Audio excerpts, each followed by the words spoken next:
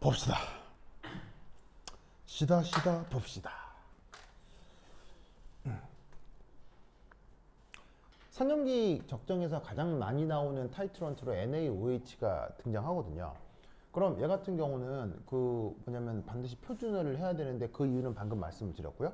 그럼 얘를 구체적으로 어떻게 표준화하느냐를 알아야 된다고 했는데 그때 가장 많이 등장하는 1차 표준 물질이 바로 이 놈입니다. 그래서 NaOH나 KOH를 표준화할 때 사용하는 1차 표준 물질이 요거다. 그래서 문제에서 이게 등장할 가능성이 높으니까 꼭 기억하세요. 알겠죠? 자, 이 녀석의 이름은 버르버르버르바 포타슘 하이드라진. 자, 이제 발음을 시켜봐야지. 도훈이 오빠? 발음? 발음? 페탈레이트. 좋아요. 노엘 아버지? 자, 이거 이거 발음? 발음? 발음. 페탈레이트. 예. 좋습니다. 그런가요? 푸탈레이트? 좋아. 그래요? 좋아. 현승거스. 요거 발음? 탈레이트입니다. 그런가요? 좋아요. 주노거스 발음? 주노거스 발음.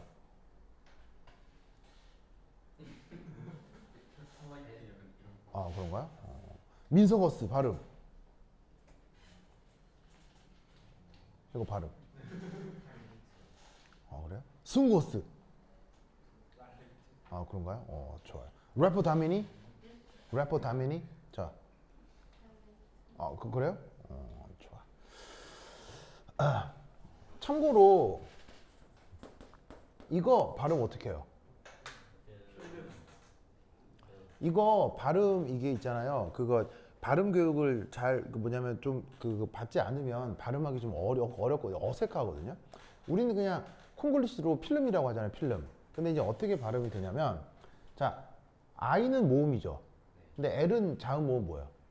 자음. M은 자음이죠. 그러면 자음은 파닉스상 홀로 발음이 나요? 발음 날 수가 없어요.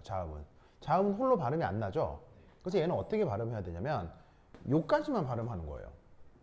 그래서 어떻게 말하냐면 feel이에요. feel 한 다음에 이 뒤에는 입 모양만 만드는 거예요. 입 모양만. 그래서 발음이 feel예요. feel. 그러니까 뒤에 M은 feel 이렇게 발음하는 게 아니고요. feel 이게 발음을 끊어주는 역할이에요. 알겠죠? 이게 모음을 얘가 딱 끊어주는 거예요. 그래서 실제 발음은 필름이 아니고요. 필름이 아니고 film이에요. film. 알겠죠? film. 알겠죠? 그래서 이거 진짜로 이따가 뭐 이렇게 구글이나 이런 데 들어가면 발음 알려주잖아요. 한번 들어보세요. 필름 아니에요. 필름 아닙니다. 굉장히 상경하게 들릴 거야. 알겠죠? 그래서 이게 그렇게 아니고 이렇게 feel, 거의 feel에 가까운 발음으로 발음해. 알겠죠? 그러면 이것도 뭐라? 발음 기호상 pH는 무슨 발음 나지? F 발음 난단 말이야. F. pH는 F 발음이라고. 알겠어요? 그 다음 TH는 무슨 발음이야? 이 돼지꼬리, 이게 번데기 발음, 요거란 말이지. 뒤에는 알레이트 이렇게 얘기하면 되는 거고. 그래서 얘는 어떻게 발음하냐면 요 앞에까지는 큰 문제가 없는데 얘는 발음을 어떻게 하느냐? F를 입 모양만 만드는 거야. 입 모양만. F는 입 모양만 만들고 실제 발음은 얘만 발음이 나는 거야. 그래서 어떻게 발음하냐면 F를 만든 다음에 살레이트예요. 살레이트. 그래서 현승이가 가장 비슷하게 발음했어요. 그래서 어떻게 되냐면 이게 네이티브가 아니면 사실 발음하기가 쉽지가 않아요. 쉽지가 않고 그래서 비네이티브가 가장 비슷하게 발음하려면 여기에 있는 pH를 마치 묵음처럼 띄워버리고 살레이트라고 발음하는 게 다른 나라 영어 쓰는 사람들이 알아들을 수 있어요. 그래서 얘를 푸탈레이트 이렇게 발음을 하면 아무도 못 알아듣습니다. 아무도 못 알아들어요. 알겠죠? 그런데 이제 얘를 발음이 뭐일까? 또 살레이트에 가까운데 이걸 어떻게 번역을 할까요? 우리말로는 부탈산이온이라고 번역을 한다 이런 말이에요. 그럼 우리는 이걸 보고 부탈산 이렇게 발음을 할 거 아니에요. 이렇게 발음을 한 이유가 누구 때문일까요? 바로 아니 그렇게 위험한 얘기 어허이 그렇게 위험한 말씀하시면 안 됩니다, 그렇죠? 자, 바로 일제시대 번역입니다. 알겠어요? 그래서 일본식 번역이 이렇기 때문에 그걸 우리가 따라 해가지고 얘를 이렇게 푸탈레이트 이렇게 읽는 거야, 그렇죠? 그렇게 읽으면 안 돼. 이제는 살레이트, 알겠죠? 살레이트. 그래서 이게 이런 게 보면 좀 아쉬워서 그래. 이게 뭐냐? 그래서 발음 하나 더 가르쳐 드리면, 요거 다 아는 원소 기호잖아요. 얘 철자로 쓰면 이거거든요. 레퍼다멘 발음? 마그네슘이요? 스무고스 발음? 마그네슘. 알겠네요. 좋아. 자, 주노고스 발음? 매그네슘? 그래요? 현승거스 발음? 매네슘. 매네슘. 그래요? 그다음 재훈이 오빠 발음? 매그네슘. 좋아요. 도훈이 오빠 발음? 마그네슘. 진짜로요? 그다음 민석거스 발음? 슘이요. 슘이요. 슘. 하하. 자, 그러면 이거 발음 어떻게 해요? 자, 여기 볼까요? 다민 발음 어떻게 해요? 자, 이때 이 A가 요런 발음 나거든요. 이때도 발음 기호가 똑같아요. 이거 어떤 발음이냐면 입을 크게 바르고 강하게 발음하는 애예요. 그래서 이 발음이 bag이에요. bag. 자, 이거는 어떻게 발음해요? 요거는 이런 발음이라서 약하게 나는 발음이에요. 그래서 bag이에요. bag. 그래서 구걸하다죠. bag. 그래서 어떻게 발음을 해야 되냐면 혀를 강하게 내고 뭔가 토하듯이 혀를 악 내야 돼요. 그래서 딱 들리면 마치 무슨 토하는 느낌이 나게 아주 강하게 발음하는 거예요. 그래서 이거를 발음 교육을 잘 안 해서 우리가 쟤네들이 얘기하는 걸 못 알아듣는데 이건 약하게 그냥 bag 이렇게 얘기하면 되는 거고 얘는 bag이에요. bag. 무슨 말 알겠죠? 그리고 어떻게 발음해도 상관없냐면 bag이라고 해도 돼요. bag. 그래서 bag, bag 서양 사람들 귀에는 똑같이 들려요. 어떤 느낌으로 듣는 거냐면 서양 사람들은 아냐, 애냐를 구분하는 게 아니고요. 강약을 구분하는 거예요. 발음에서. 약하게 발음하면 이거고요. 강하게 발음은 이거예요. 알겠죠? 그럼 잘 봐. 백이지 배그야? 자, 배그라고 발음하는 사람. 이 배그 아니잖아. 그럼 잘 봐. 딱 지우면 이건 백이지. 그럼 얘는 뭐라고 발음해야 되겠어? 맥이야, 맥. 백이야, 배그야. 백이지. 그럼 맥이야, 맥이야. 맥. 알겠어요? 발음이 딱 끊긴다고. 왜냐면 뒤에 모음이 있어, 없어? G 뒤에 모음이 없잖아요. 그러면 NE에서 여기서 E는 E 장모음이 나요. 그러면 NE 붙이면 이거 장모음이니까 니, 그렇죠? 니. 그 다음 여기서 끊기고 S가 모음 사이에서는 무슨 발음이 나죠? 즈즈즈 이런 발음이 나거든요. 즈즈즈 이런 발음이 나요. 그러면 따라해보세요. 맥, 니, 지움. 알겠죠? 그래서 얘 원어 발음은 맥니지움이에요. 알겠죠? 시작. 맥니지움. 시작. 알겠죠? 이따 구글에서 발음 찾아보세요. 진짜예요. 알겠죠? 근데 우리는 왜 쟤를 마그네슘이라고 발음할까요? 바로 마쿠도 나루도의 전통이에요. 무슨 말 알겠죠? 마쿠도 나루도의 전통을 우리가 숭상하기 때문에 얘를 마그네슘이라고 발음하는 거예요. 무슨 말 알겠죠? 그래서 사실은 난 이런 걸 볼 때마다 아직 우리가 독립하지 못했구나. 아직 우리는 문화적으로 정서적으로 종속돼 있구나 라는 생각을 할 수밖에 없어요. 학자로서. 근데 너무 가슴 아파서 해드리는 말이에요. 알겠죠? 그러니까 예를 들어서 이거 이름이 뭐예요? 철이잖아요. 철. 아니면 아이언이라고 하던가. 그럼 아이언이라고 하건 철이라고 하건 이렇게 발음하면 되는 거고, 얘는 우리말로 딱히 없잖아요. 우리말로 딱히 없으면 굳이 마쿠도 나루도라고 해야 되겠냐고요. 무슨 말인지 알겠어요? 우리말이 없으면 되도록이면 뭐에 가깝게? 원어에 가깝게 발음해 줘야 될 거 아니에요. 근데 왜 우리는 쟤를 마쿠도 나루도라고 발음하냐고요. 가슴 아프다 이거죠. 알겠죠? 그러면 생각해봐. 지금 내가 여러분들에 가르쳐 주니까 봐봐. 맥니지움. 자, 발음할 수 있어 없어? 돼 안 돼? 되죠? 근데 그 마쿠도 나루도의 민족은요, 존나입해도 맥니지움 될까 안 될까요? 안 됩니다. 존나입해도요, 마그네시움 이렇게 발음합니다. 존나입해도. 왜냐면 그 나라 말 자체가 발음을 붙여 발음하는 게 약하기 때문에 아무리 혼내도 이걸 맥니즘이라고 발음하기가 어렵습니다.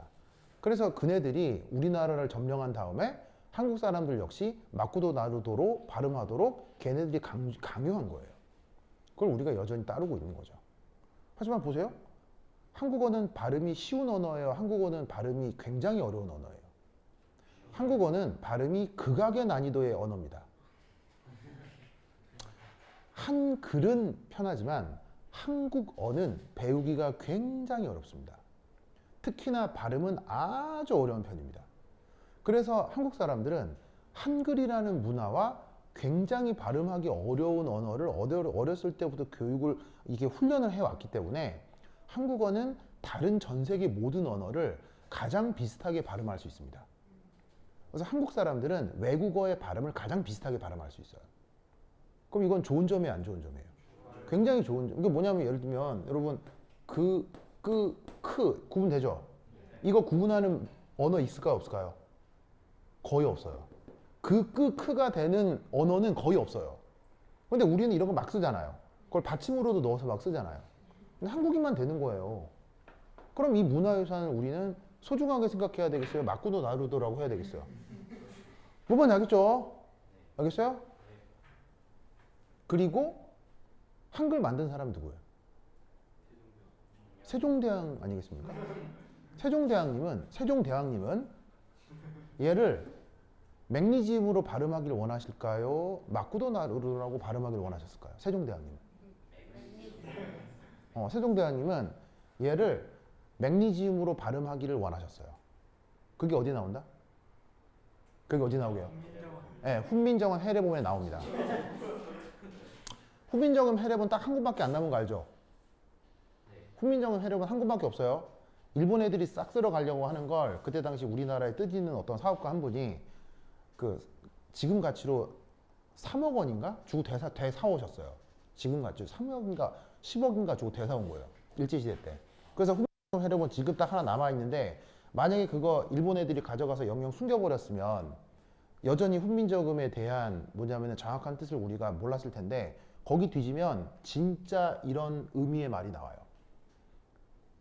세종대왕은 외국어는 외국어에 최대한 비슷하게 발음하고 표기하도록 훈민정음을 만들었어요. 무슨 말인지 알겠어요? 근데 우리는 여전히 얘를 마쿠도 나루도라고 발음하고 있는 거죠. 그래서 학자인 내 입장에선 우리는 아직 독립을 못했다. 그래서 곧 올 8월 15일은 독립기념일이에요, 광복절이에요? 독립기념일이 아니죠. 그래서 우리나라는 학자들이 독립기념일이라는 말을 못 쓰는 거예요. 8.15는 독립기념일이 아니에요. 그래서 이상한 표현이 광복절이라는 말을 쓰는 거예요. 무슨 말인지 알겠죠? 다른 나라에는 독립기념일이 있어 없어요? 있습니다. 혹은 전승기념일 이런 거 있습니까 없습니까? 다른 나라에 있습니다. 근데 우리나라엔 전승기념일 있어 없어요? 없고요. 독립기념일 없어요. 그래서 이상한 표현인 광복절이라는 말을 쓰는 거죠. 그게 여전히 이런 거기 때문에 그래요. 그래서 여러분들이 한문을 배운다면 한글로 표현되는 건 한글로 발음하고요. 한글이 없는 건 원어로 발음하는 게 어떤가 싶어요. 알겠죠? 그래서 얘 발음 뭐라고요? 살레이트 알겠죠? 살레이트. 얘는 맥니지움 알겠죠? 맥니지움. 한국 사람은 이게 다 된다. 한국 사람은 이게 아무것도 아니다. 자, 그래서 요놈 생긴 구조가 이건데요. 보시다시피 OK라는 부분이 있죠. 이후에 산소는 1-음이온, 포타슘은 1 플러스 양이온이 되고, 사실 이 녀석은 이후에 구경꾼이 됩니다. 그래서 이 그 살레이트가 작용하는 부분은 바로 그냥 요 부분이에요. 요게 뭐로 작동을 한다? 산으로 작동하는 거예요. 아시겠죠? 그러면 이때 얘를 누구랑 반응시켜? NaOH랑 반응을 시킨다면 여기에 있는 요 놈을 이제 분자식으로 쓴 게 이거거든요. 화학식 분자식으로 쓴 게 이건데 얘가 얘하고 반응을 했다? 어떻게 되겠어요? 요 OH가 아니, 요 수소가 요 OH랑 반응해가지고 무르가 되고, 그 다음에 요 산소 자리에 누가 들어가겠어요? Na 플러스가 들어가게 된다 이런 말이죠. 어떤 구조인지 알겠죠? 그래서 요 놈의 이제 구조만 다시 한번 써보면 얘는 이 상태에서 이렇게 된 상태에서 얘가 1-주 음이온이 되고, 원래 있던 포타슘, 새로 붙은 소디움, 얘네가 1 플러스 양이온이 돼가지고는 이렇게 붙어있는 이온결합 염이 된다 이런 말이죠. 무슨 말 알겠죠? 알겠죠? 이때 그냥 뭐가 됐건 둘이 몇 대 몇으로 반응합니까? 그냥 몇 대 몇으로 반응해요? 1대1로 반응하죠?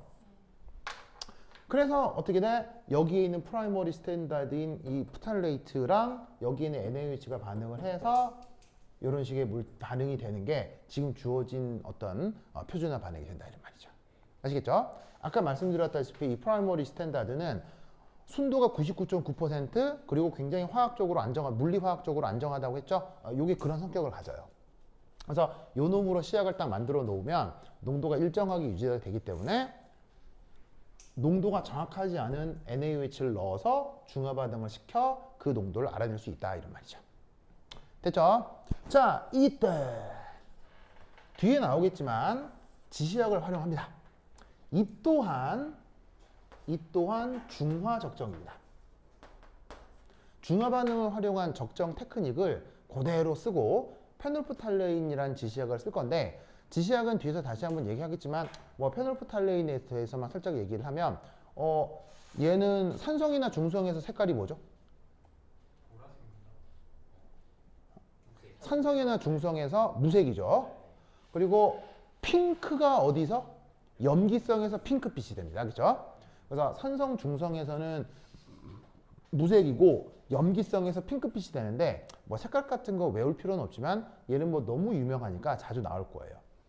여하튼 얘 무색인 상태에서 핑크가 됐거나 핑크인 상태에서 무색이 되는 중간 어딘가에서 뭐가 나타났을 거고?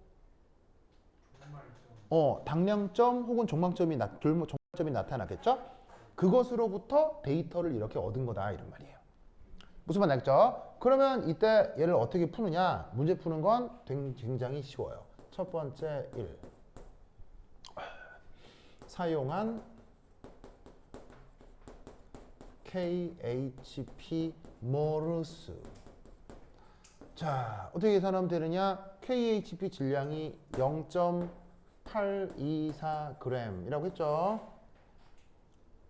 근데 요 놈의 돈 이렇게 힘들어요. 힘내주세요, 그죠? 돈 눈이 뻘개가지고 굉장히 힘들어하는 것 같아서 미안해요. 진짜로요? 돈이 너무 힘들어하는 것 같아서 내가 힘들게 만들어서 도훈아 내가 미안. 나의 존재가 도훈에게 부담이 되었군요. 미안해요. 자, 어쨌건 얘 화학식이 얼마라고요? 화학식량이 204.221 204.221g per mole.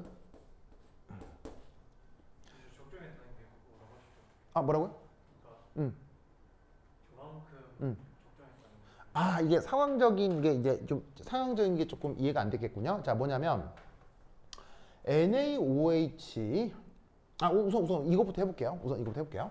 어쨌건 KHP를 적정 조건에서 사용해서 사용해서 조건에서 다시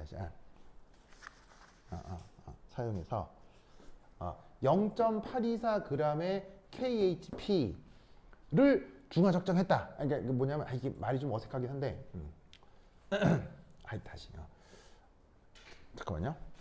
내가 이거 원래 영어 문장을 한글로 바꾸다가 좀 어색해졌네. Titration of potassium required NaOH solution to reach the 자, 상황이 이렇다고 보면 됩니다. 이 말의 뜻은 자, 여기에 NaOH 수용액이 있는데 이놈의 보통은 부피를 얘기하지만 질량이 38.314g이었나 봐요. 알겠죠? 그 다음 여기에 페놀프탈레인 지시약을 넣은 거지. 알겠죠? 그러면 얘가 처음에는 핑크 했을 거 아니에요. 그죠? 핑크 했을 거 아니야. 그리고 여기다가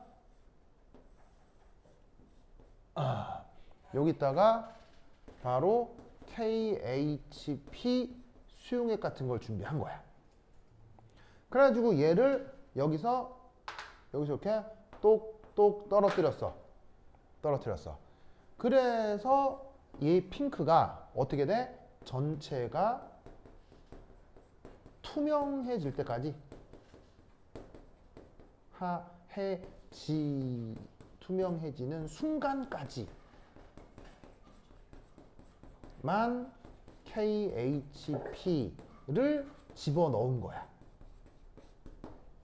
무슨 말 알겠죠? 이때 집어넣은 KHP만의 질량이 0.824g이라는 의미인 거예요. 알겠죠? 물론 수용액 상태로 넣었다면 이 KHP에 KHP에 예를 들면 이렇게 용매까지 포함돼서 질량은 좀 달라지겠지만 어쨌건 KHP만의 질량이 0.824g이었다는 뜻인 거예요. 알겠죠? 그러면 이때 핑크 하다가 투명해진 거니까 당량점을 지나는 어떤 종말점의 상황이라는 얘기겠죠. 그때 사용한 KHP의 몰수를 이렇게 구한 거라 이런 말이죠. 그러면 표현을 해주면 0.824 나누기 4.221 몰 이렇게 될 거고요. 자, 그럼 이때 여기서 두 번째 그렇다면 KHP와 반응한 NaOH 의 몰수는 어떻게 되겠습니까?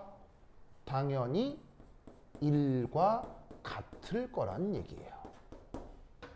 왜 같을 수밖에 없다? 몇 대 몇으로 반응하니까? 1대 1로 반응하니까. 아시겠죠? 그래서 이렇게 넣어준 KHP 몰수만큼 기존 NaOH가 있었을 거야 라고 생각을 하는 거죠. 알겠죠? 그러면 이때 여기에서 문제는 좀 묘하게도 몰농도를 구하라는 게 아니고요. 사용한 NaOH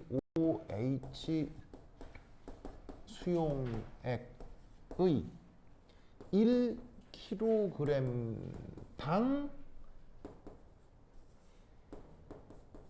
농도를 구하라 이런 얘기인 거죠. 그러면 얘는 어떻게 해주면 되냐면 이렇게 해주면 되겠죠. 자, NaOH 몰수가 뭐예요? 요거랑 똑같다고 했죠. 0.824 나누기 204.221 몰. 자, 그런데 지금 이게 어느 만큼의 질량이 있었어요? 38.314. 그러니까 예를 들어서 보통은 수용액 중이고 용액의 부피를 쓰지만 그냥 이 문제에서는 편의상 그 질량으로 바꿔보자 이런 얘기죠. 알겠죠? 그러면 이때 저 녀석의 그 NaOH의 질량은 38.314g이란 말이야. 근데 문제를 읽으면 1kg 당으로 라고 했으니까 여기에다가 곱하기 10의 마이너스 3승 놓고 킬로그램으로 이렇게 바꿔서 넣어주면 되는 거지. 알겠죠? 그래서 얘를 주르륵 계산을 해주면 값이 얼마가 나온다? 뭐라고 나오는데? 거기 뭐 나오죠? 거기 보시면은 4.4. 뭐 보면은 0.105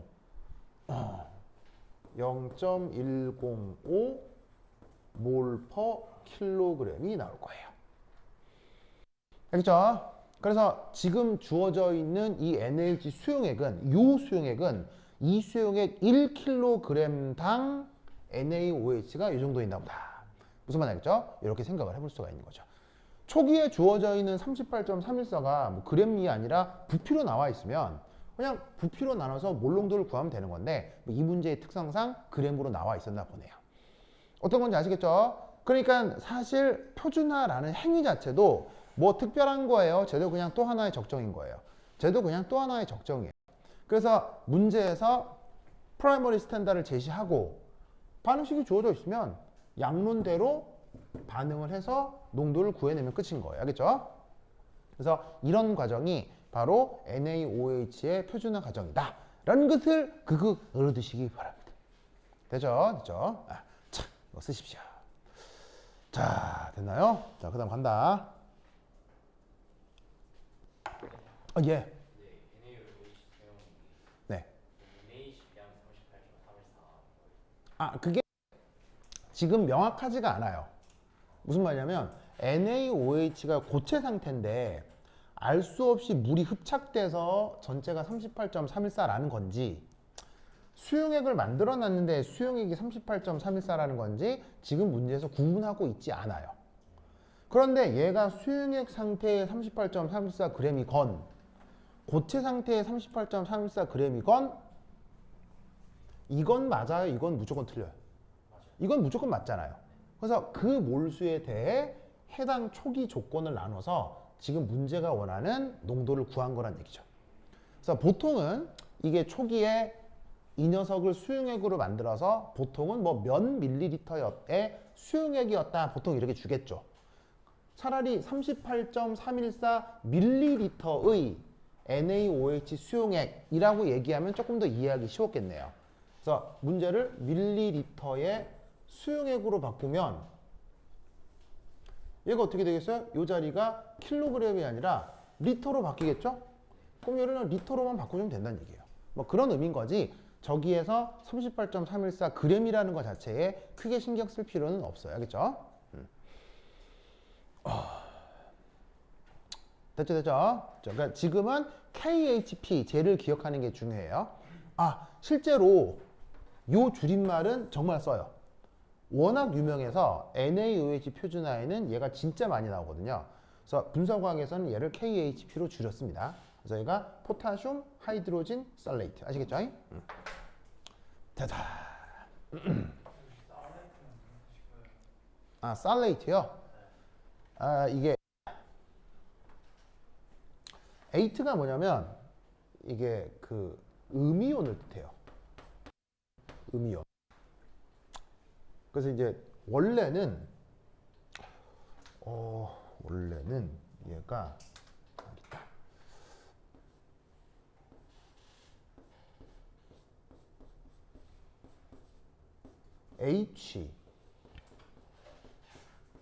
H 이런 애가 있는데 얘를 살릭 애시드라고 해요. 살릭 애시드 알겠죠? 이걸 우리말 번역으로 푸탈산. 이게 푸탈산이거든요. 그럼 이 푸탈산에서 수소가 떨어진 음이온에다가 에이트라는 말을 붙이는 거예요.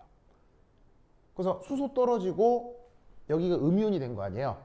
그래서 여기까지는 어근을 그대로 쓰고 에이트로 바꿔서 음이온임을 표현해 주는 거예요. 알겠죠?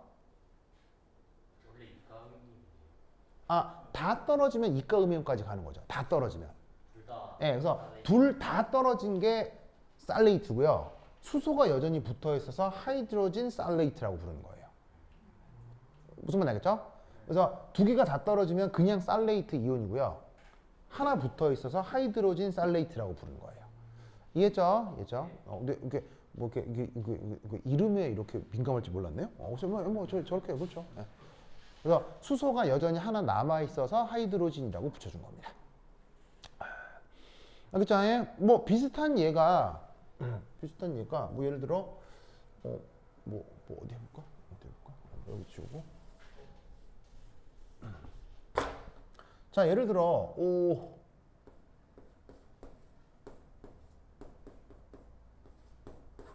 이 이름 뭐예요? 이거 이름. 탄산. 탄산음료 할 때 탄산이에요. 알겠어요? 잘 모르겠어요? 수소 몇 개 있어요? 2개 있죠? 탄소 몇 개 있어요? 산소 몇 개 있어요? 이게 탄산이에요. 근데 탄산을 루이스 구조로 그리면 잘 모르더라고요. 저게 탄산이에요. 알겠죠? 근데 이 탄산을 영어로?